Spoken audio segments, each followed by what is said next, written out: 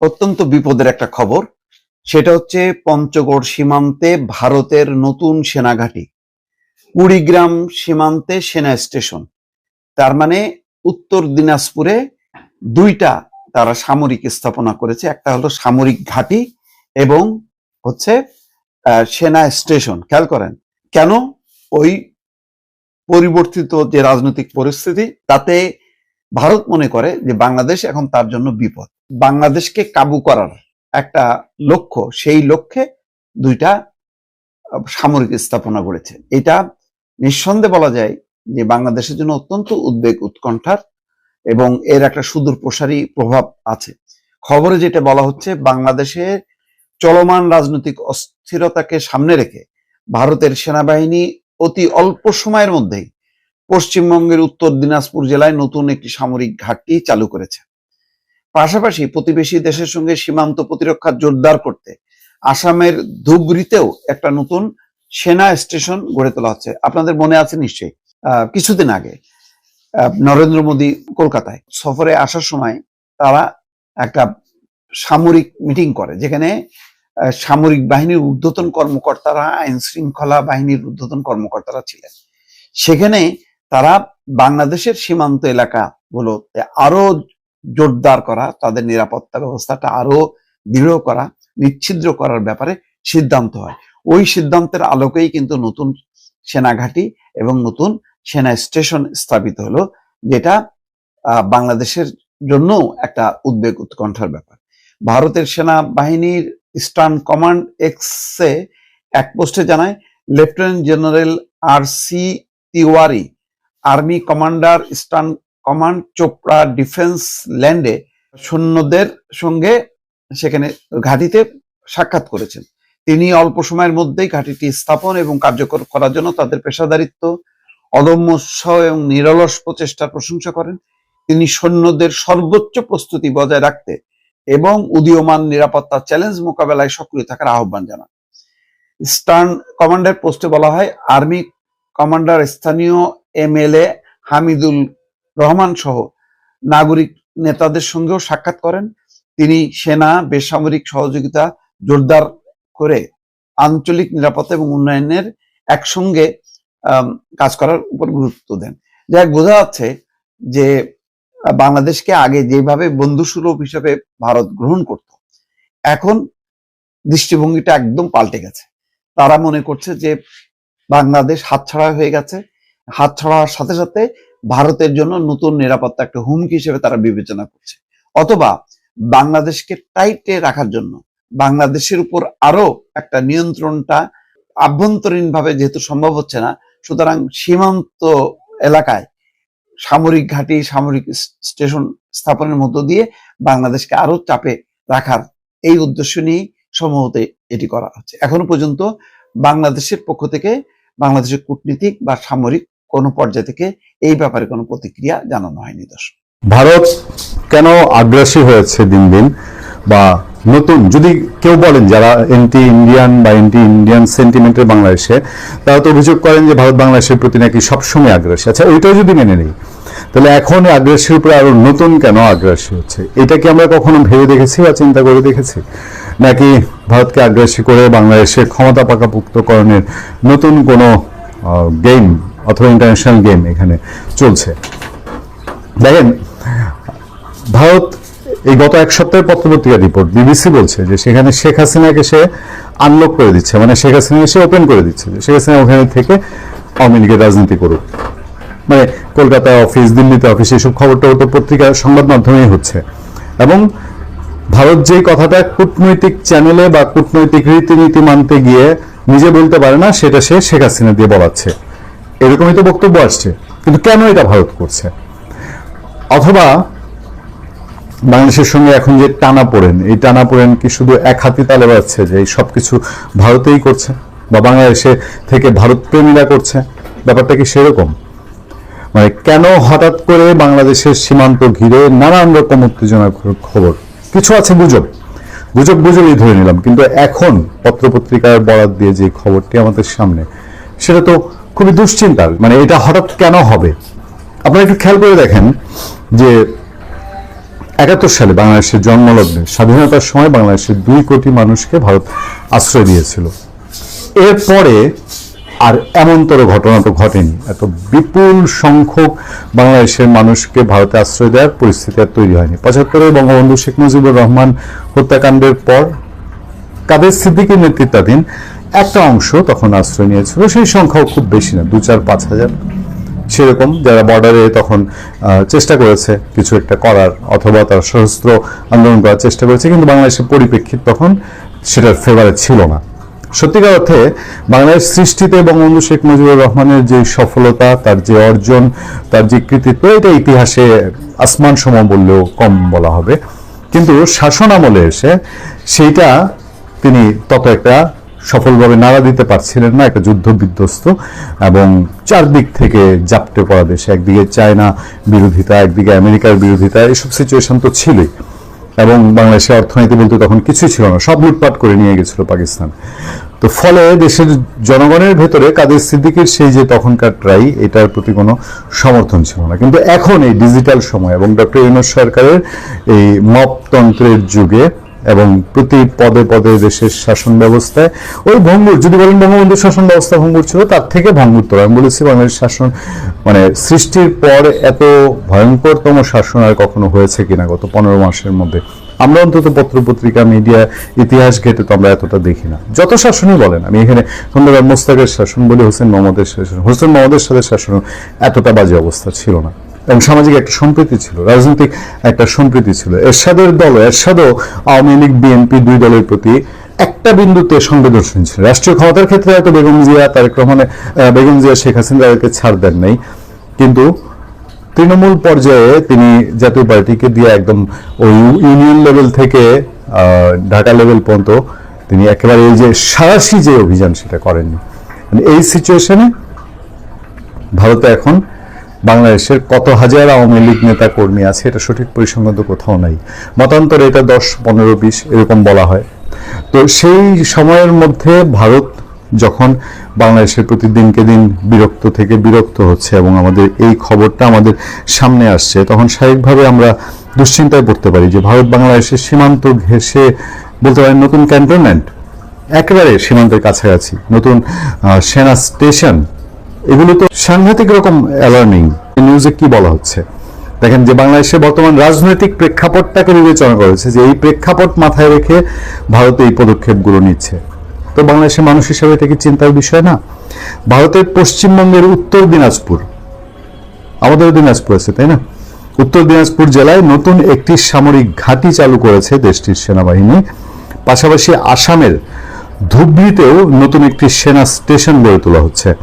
মানে ভারতের আর্মি, ভারতের মিলিটারি বাংলাদেশ বর্ডারের খুব কাছাকাছি একটা নতুন সামরিক ঘাঁটি বলেন আর ক্যান্টনমেন্ট বলেন, সেটা তৈরি করছে।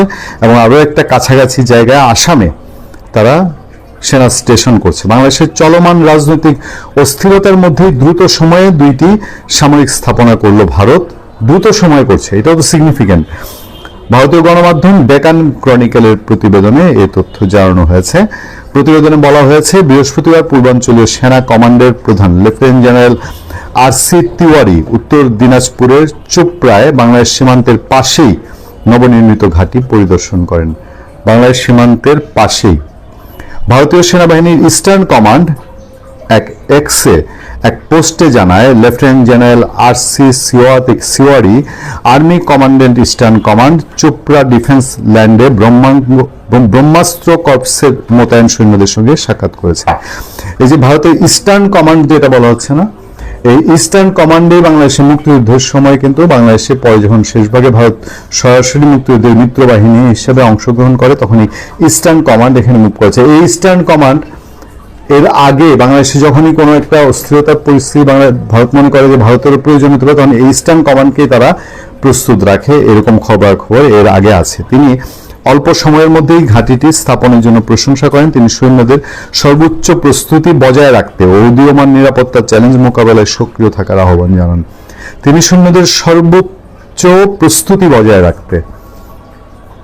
এর আগে লেফটেন্যান্ট জেনারেল তিওয়ারি আসামের সীমান্ত এলাকায় 4 গজরাজ তাদের একটা অপারেশনের নামও আছে আমরা যতদূর জানি, কর্পস সদর দপ্তর পরিদর্শন করেন এবং তিনি ধুবড়ীর বামুনিগাঁও এলাকায় লাচিত বরফুকন সামরিক স্টেশনে ভিত্তিপ্রস্তর স্থাপন করেন। ইস্টার্ন কমান্ড বলছে, নতুন এই সামরিক স্টেশন প্রতিষ্ঠা অঞ্চলটির সেনা সক্ষমতা ও অবকাঠামোকে আরও শক্তিশালী করার পথে একটি গুরুত্বপূর্ণ পদক্ষেপ। পরিদর্শনকালে লেফটেন্যান্ট জেনারেল তিওয়ারি সীমান্ত অঞ্চলের অভ্যন্তরীণ নিরাপত্তা পরিস্থিতি ও সেনা কাঠামো উন্নয়ন কাজের অগ্রগতি পর্যালোচনা করেন। এবং এই বিষয়গুলো আমরা নিশ্চয়ই খুব গভীরভাবে লক্ষ্য রাখবো যে বাংলাদেশের এই পরিপ্রেক্ষিত কেন হচ্ছে, কিসের থেকে হচ্ছে, এটার কতদূর কোন সিচুয়েশন, বা ভারত বেসিক্যালি কি ভাবছে, ভারত কি করতে চাচ্ছে, সেদিকে নিশ্চয়ই আমাদের নজর থাকবে।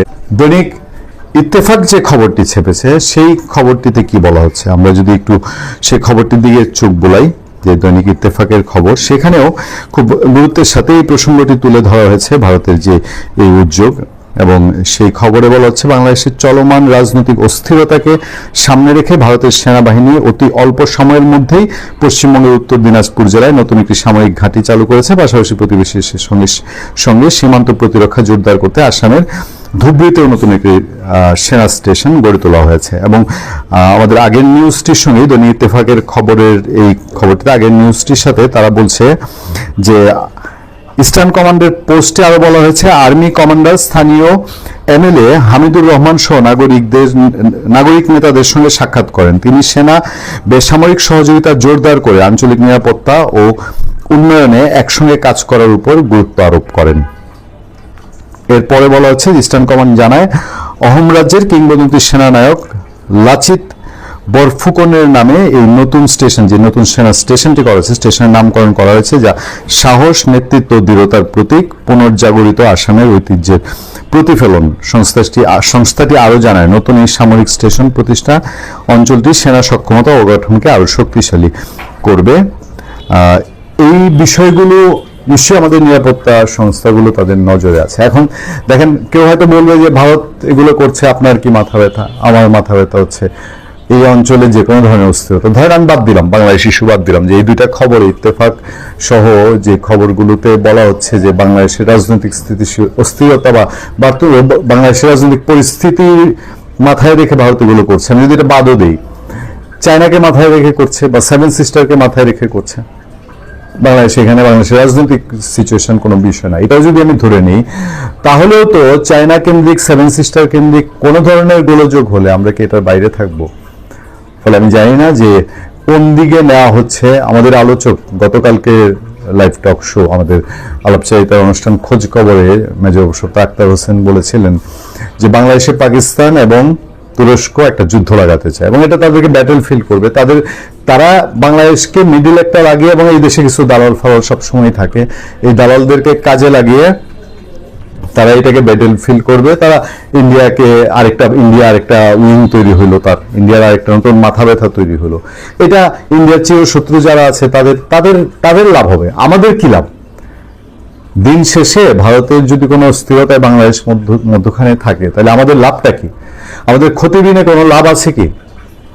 ভারতের কাছে আমরা মতজানু হব না। এটা বাংলাদেশে একটা রগ আছে তোরে ভাই, বাংলাদেশের মানুষের একটা নার্ভ আছে। এই নার্ভ কখনোই ভারতের কাছে গিয়ে বাংলাদেশের শেখ হাসিনার চেয়েও যদি আরো মহাপরাক্রমশালী, মহাপ্রভাবশালী, এর চেয়েও ভারতের নিয়োগকৃত কেউ শাসন করে, তারপরে বাংলাদেশের 18 কোটি মানুষ একযোগে গিয়ে ভারতের কাছে ওই মাথা নোয়া, এটা প্রণাম কলম বলেন আর সেজদা বলেন, দিবে না।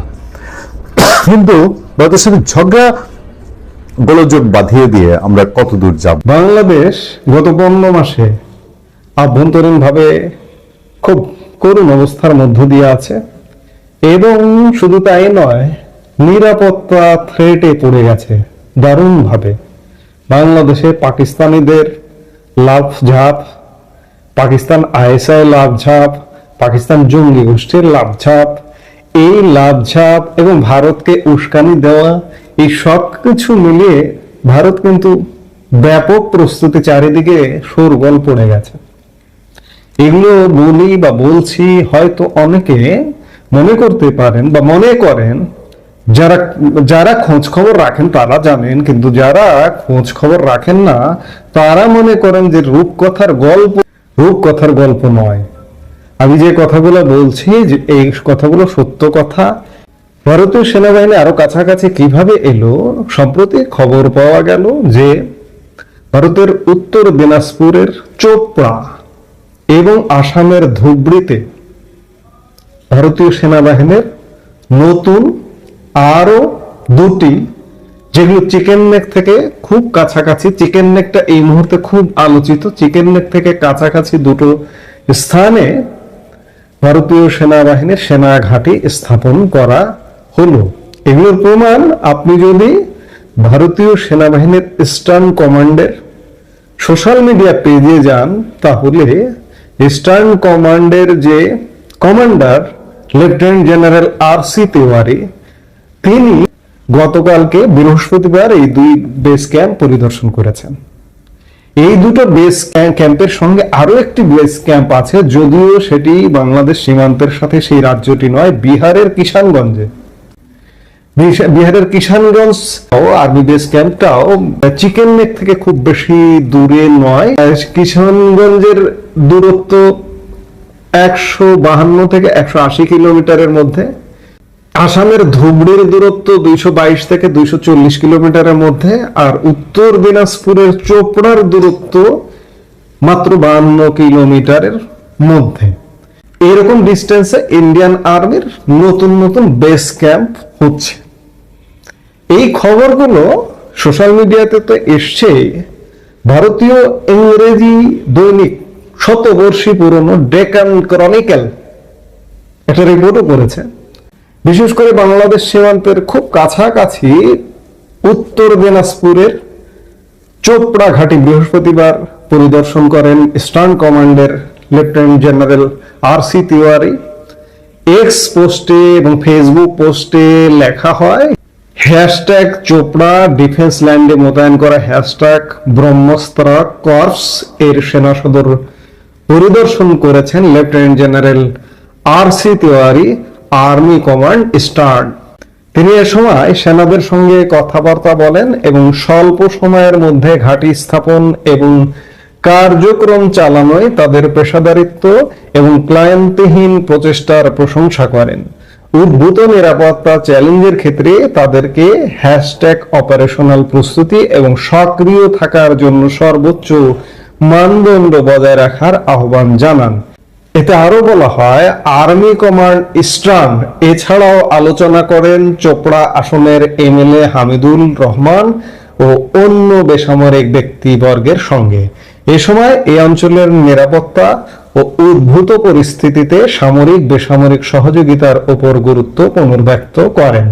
আসামের সীমান্ত এলাকায় কর্পসও পরিদর্শন করেন জেনারেল তিওয়ারি।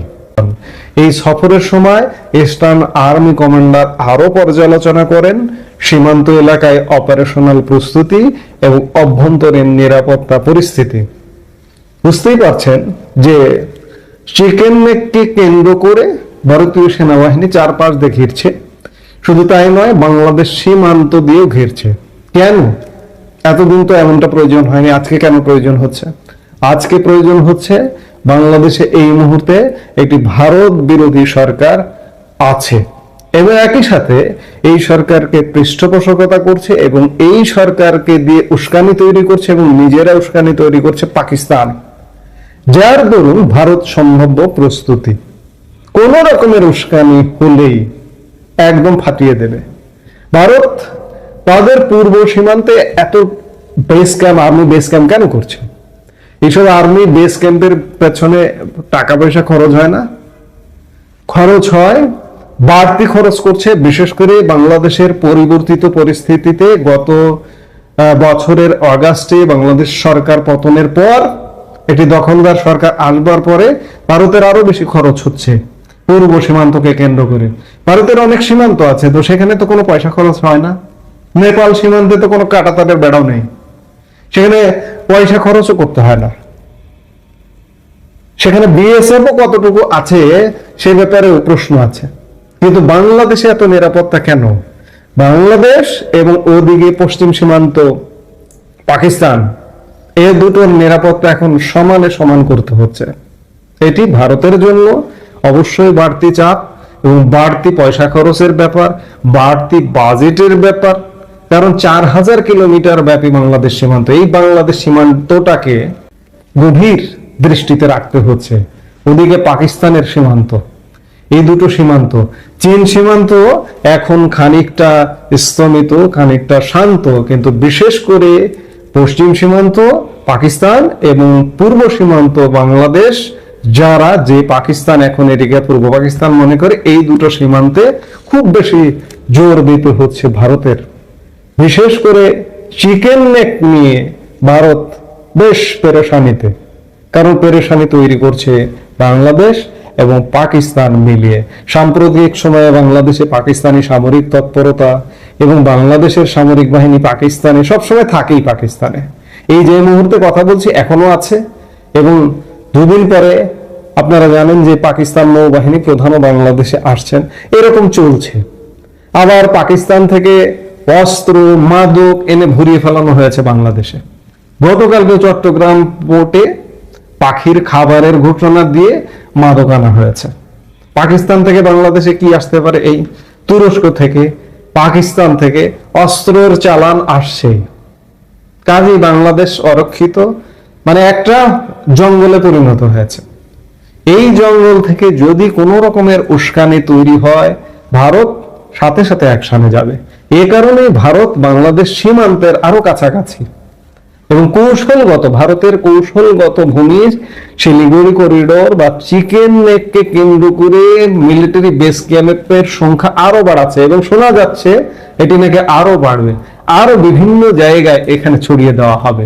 কারণ ভারত নিরাপত্তার প্রশ্নে ভারত এতটাই উন্নতির দিকে ধাবিত হচ্ছে, এই উন্নতির জায়গায় যদি কেউ কোন রকম নিরাপত্তা থ্রেট ক্রিয়েট করে, তাকে ছাড়বে না।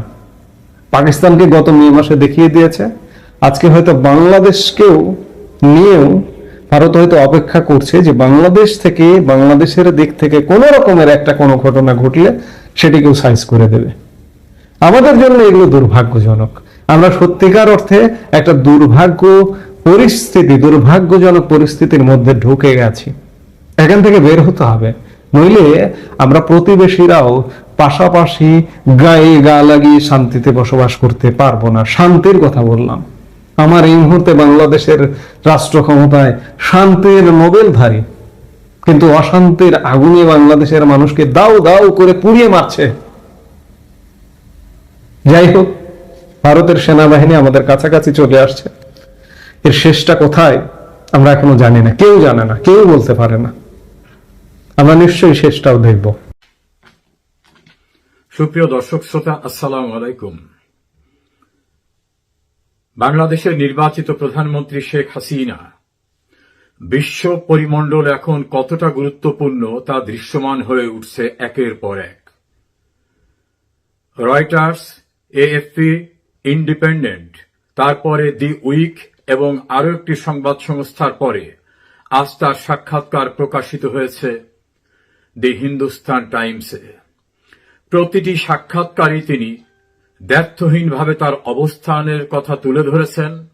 বাংলাদেশের অগণতান্ত্রিক সরকারের অবৈধভাবে ক্ষমতা দখল করার বিষয়, দেশের আইনশৃঙ্খলা পরিস্থিতি, প্রশাসন চরমভাবে ভেঙে পড়া, মানুষের চরম বিপন্ন অবস্থা, আর্থিক সংকট সহ বাংলাদেশের উন্নয়ন এবং অবকাঠামোর উন্নয়নের ধারাবাহিকতা কিভাবে নষ্ট হয়ে যাচ্ছে সে বিষয়গুলি তিনি তুলে ধরছেন।